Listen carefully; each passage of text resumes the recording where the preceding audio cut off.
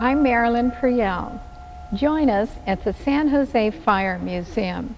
It will be a blast.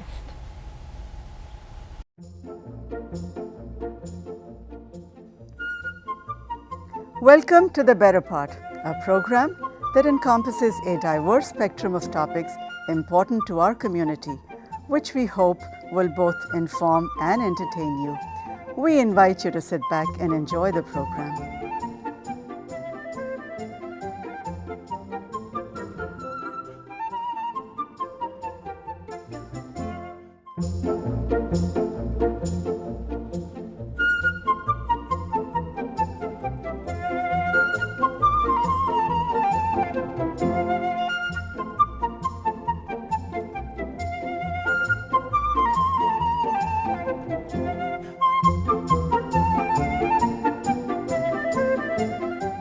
This is John McMillan. He's the president of the San Jose Fire Museum, and he's kindly agreed to come tell us about the history and the operations and about some of the most interesting things you could ever imagine.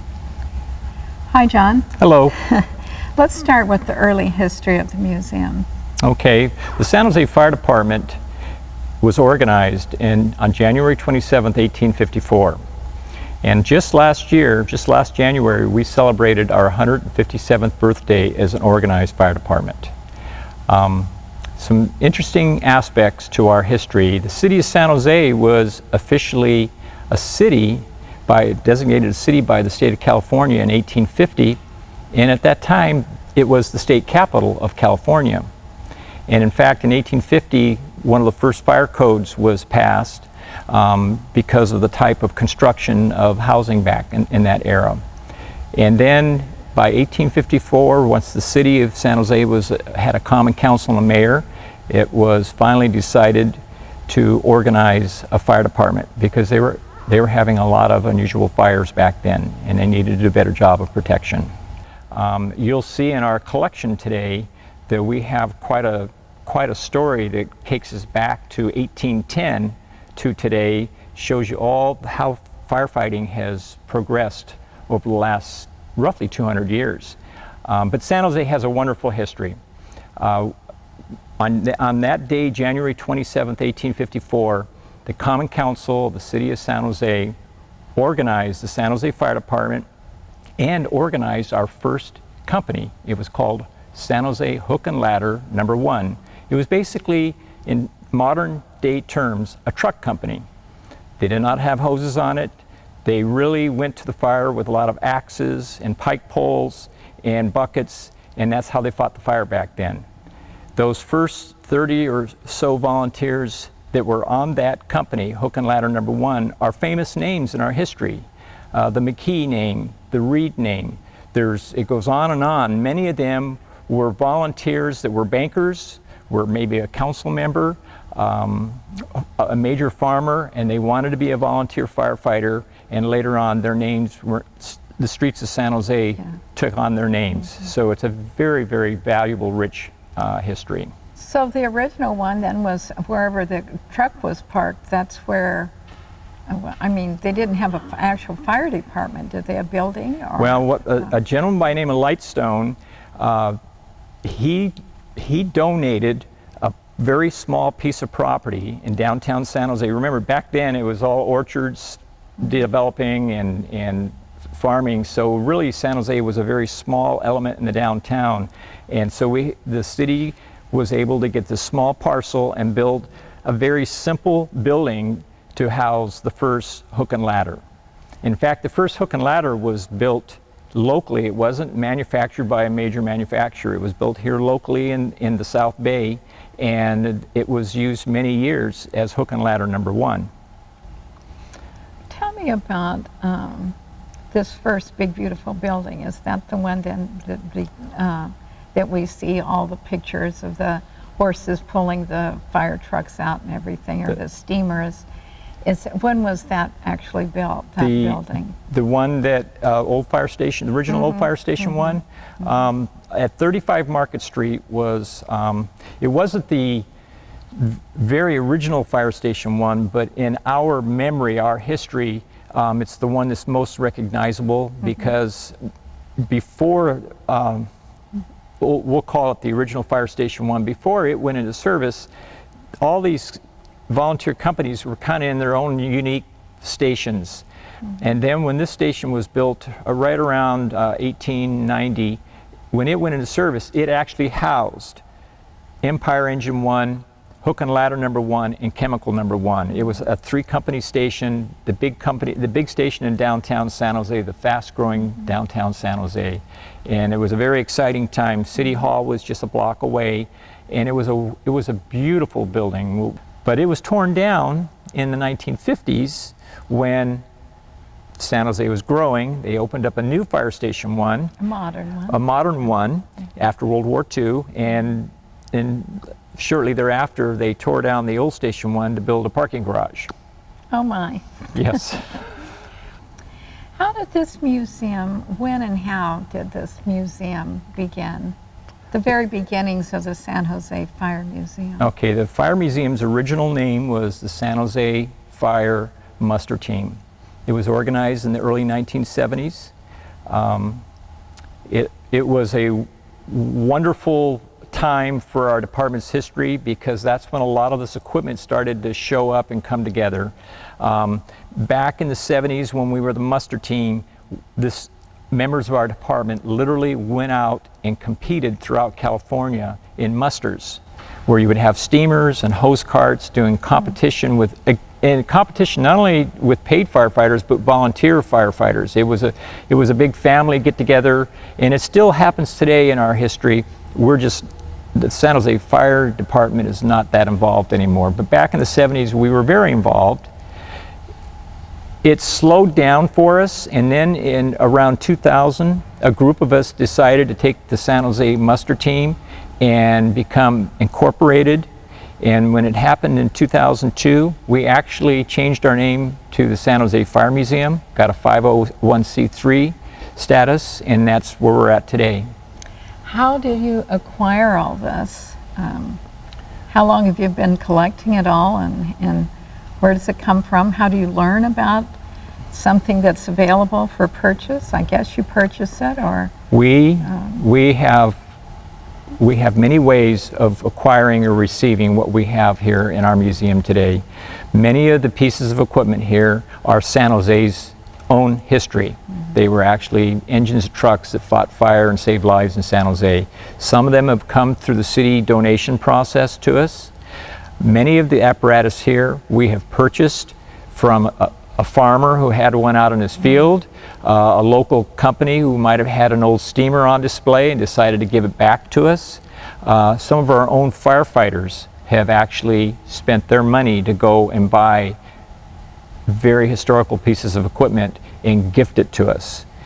Many of our logbooks, our badges, our helmets, our ladders, a lot of these things have been donated or gifted to us from firefighters, or we've had individuals come here that have cleaned out their attic all of a sudden, and they found something in their attic, and they come to us and say, "Do you know what this is?" And we tell them, and it turns out it might be a historical logbook or historical pictures. This happens all the time. You were talking about being a ladder man and looking around and seeing some of these. The ladders are wooden, and I wouldn't really want to be climbing up a flaming building on a wooden ladder. Well, in the early days, in the 1800s, I can't really tell you when it happened, but our department went to aluminum ladders in the 1900s, probably around, I'm going to say probably in the 1950s or 1960s. So today, the San Jose Fire Department has metal ladders. But I can tell you that the San Francisco Fire Department still uses wooden ladders. And it has a lot to do with conducting electricity. Wood doesn't, metal does. And, but we did transition to metal ladders in the 1900s. I understand that you've asked your vice president of the board to join you and me part of the time on our Yes. tour. You're going to describe some of these items, tell me what they are, and it's going to be a lot of fun. Yes, looking forward to that. Okay, let's go do it. Okay, let's go do it. Jim Carter here is going to help us with our tour. And you were on the force for 25 years, the department? 35 years. 35 years. Yes. Wow. And you're 30 years. 30 years. Okay. Well, this looks like we're standing by a big samovar. And what is it and how does it work? Well, actually, it's an 1890 Amoskeag fire engine. It's actually a steam pumper. It's powered by steam, but heated by coal. And the firefighters kept the coal burning 24 hours a day, 7 days a week. They kept the fire going in the fire station, or the fire barn as they used to call it. And when they went to a fire, they started stoking the fire a little bit more to get the fire burning hotter, so that it would heat the steam, which is in the boiler, to provide the power to run the pump, which you see here, that big mechanism further on forward. Which is this right here. Right, this is the pumping mechanism. Now I won't go into all the intricacies of how it operated, but basically what it did was it produced pressure to power the water through the fire hoses. Because there's so many gauges. Right, exactly. And it's actually a boiler, really is what it is. And nowadays you'd actually have to have a certification to run the boiler. But back then, the firefighters were very talented, and most of them were able to run it very efficiently. And so by the time they got to a fire, they had a good head of steam, so to speak, built up and produced a lot of pressure in order to provide water pressure to put out the fire. So this, it's a good old Franklin stove, I see. That's it.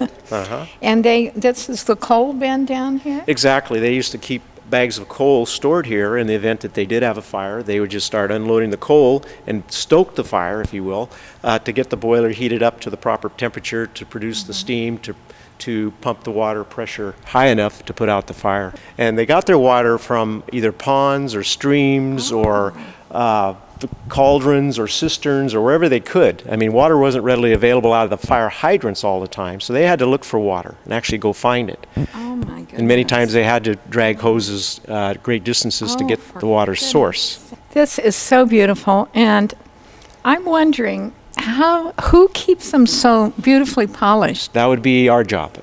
Your job, your is to take care of volunteers. them. Huh? Yes. And how many people does it take to keep all these gorgeous things shiny? Well, not enough, unfortunately. We can always use more help. But however, there's probably 25 to 30 of us that are actively involved in keeping the equipment ready, or keep it shined. Is that nickel plating or on the silver? Yes, and then it's also brass up at the top. Lots of polishing. And lots there's of not work. a speck of dust anywhere. Yes, and this is also was called Franklin engine number 3. Well, as you just heard the discussion about the steam operation of a fire engine back in the 1800s, what's really unique about the San Jose Fire Museum collection is the steamer you were just looking at and this steamer right behind us. These were both working engines.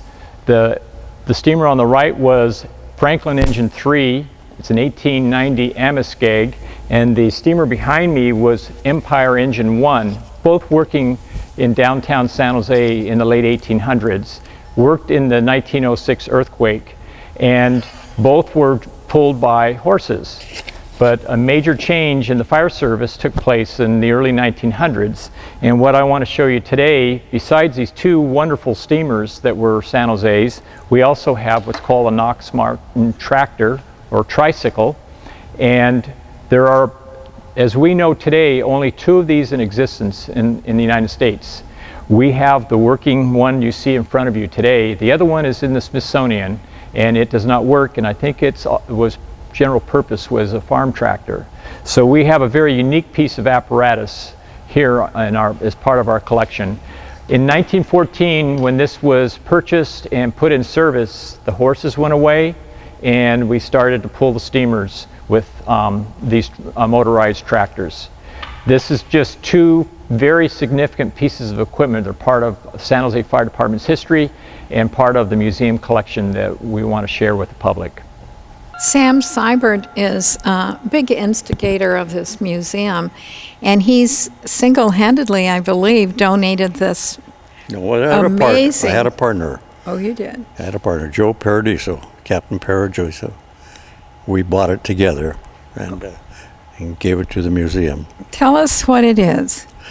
Well, it's a 1910, according to the records here, of a hand pumper that came out of Massachusetts, was located in the books by Chief Leonard Marks, and we were able to finance it and bring it out through the Mayflower outfit, which was Ron James, who at that time was mayor of the city of San Jose.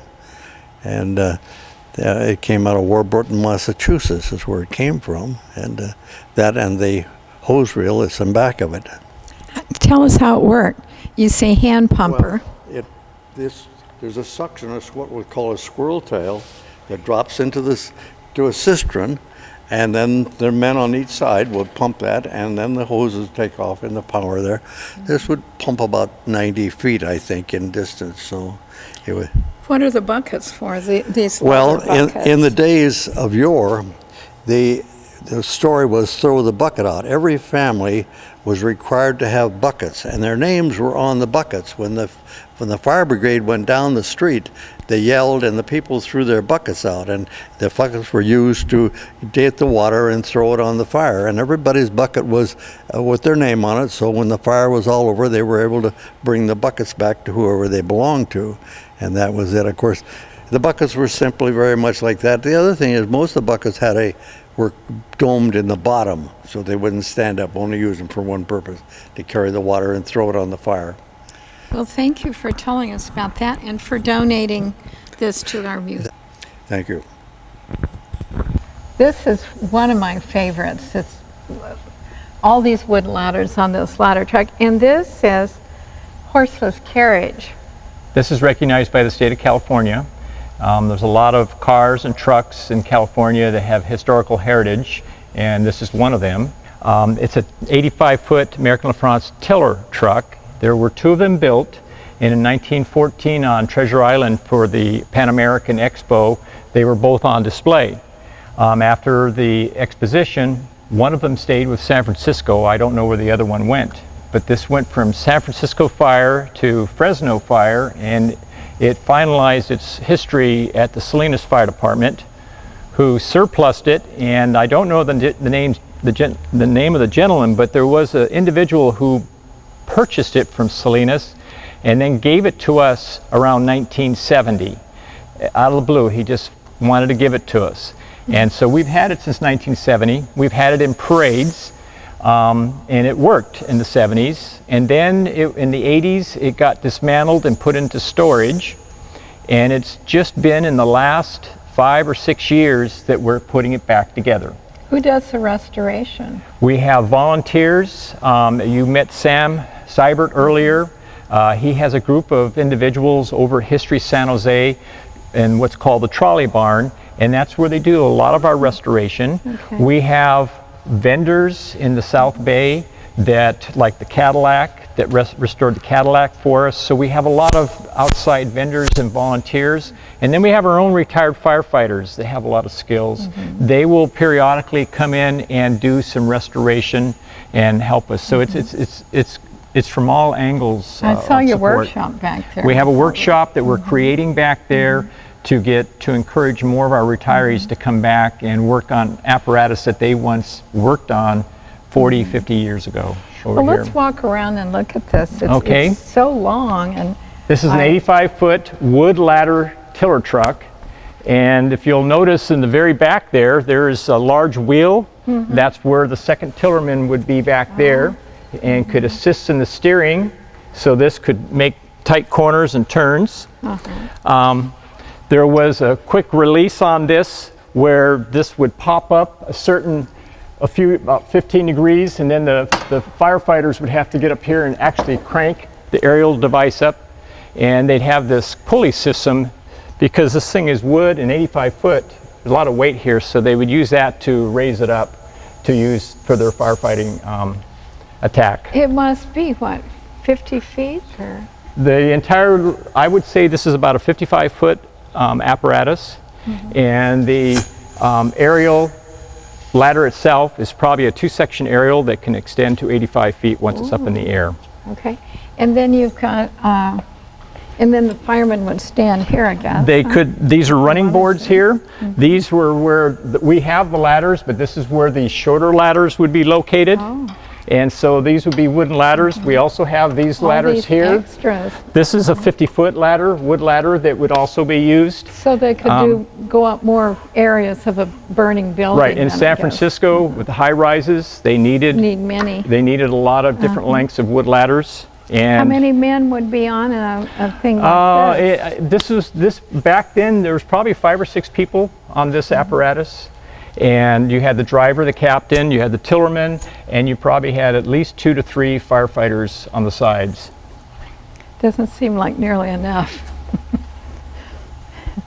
But as you can see, we're little by little putting pieces back on it, and a lot of the pieces are laying back here and on the sides, but this is how you slowly bring a piece of equipment back together. This is a 1914, so in 2 years, this will be 100 years old. And hopefully we're going to have this running in 2 years to celebrate its 100-year anniversary. Oh, I hope so. That'd be nice. Okay, thanks.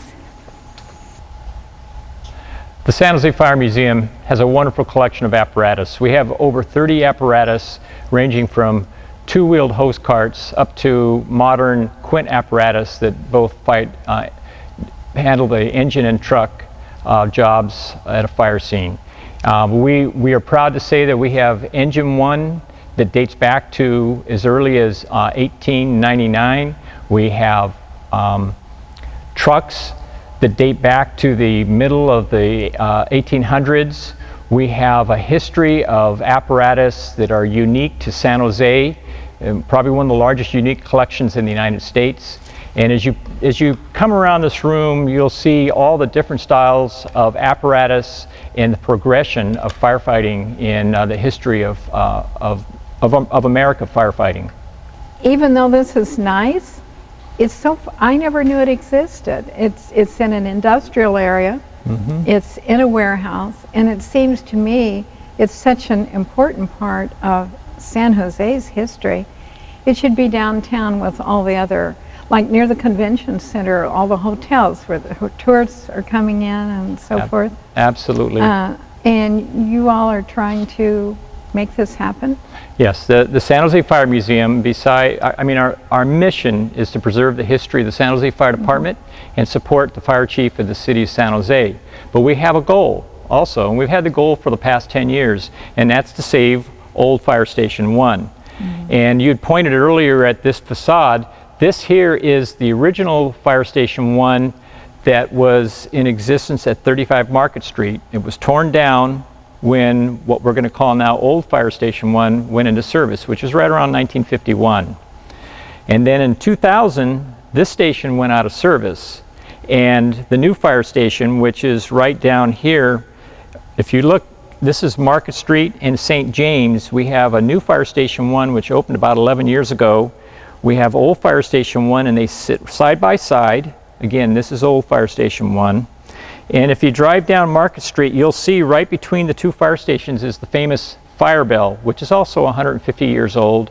It was the bell that rang when the volunteers were get out of bed and come to your volunteer assignment as a firefighter. So this is our dream. When we talk about saving a fire engine or a badge or a helmet to preserve the city's history, well, a fire station is just as much a part of our city history as like any of our apparatus. Like saving a fort or a mission. Exactly. And this does have a landmark nomination. It is a significant piece of architecture built in the 1950s after World War II. We have a lot of community support that would like to see this building saved. And if someday we are able to set this up and use as a place to put our collection in, it would be a wonderful downtown fire museum, not only to support the people who are coming to the convention center, but there's already a history down there. The Fallon House, St. James Park, the courthouse.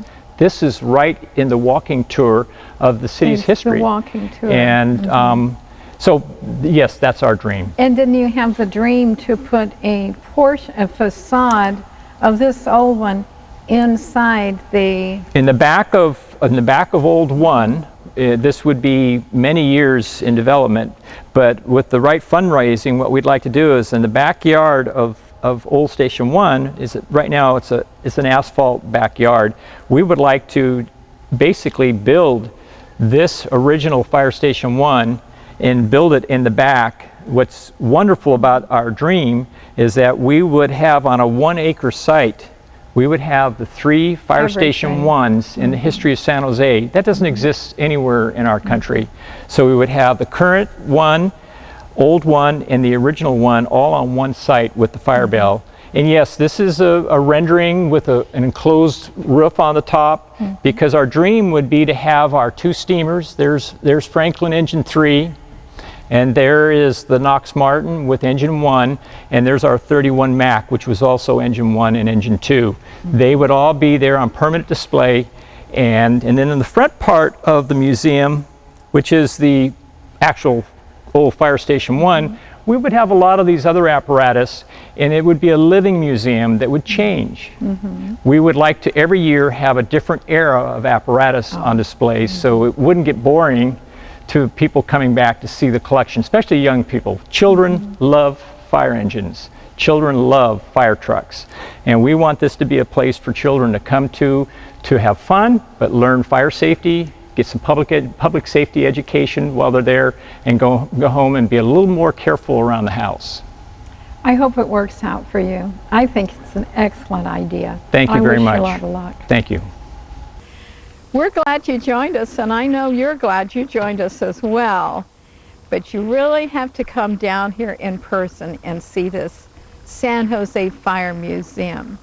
We'll see you next time.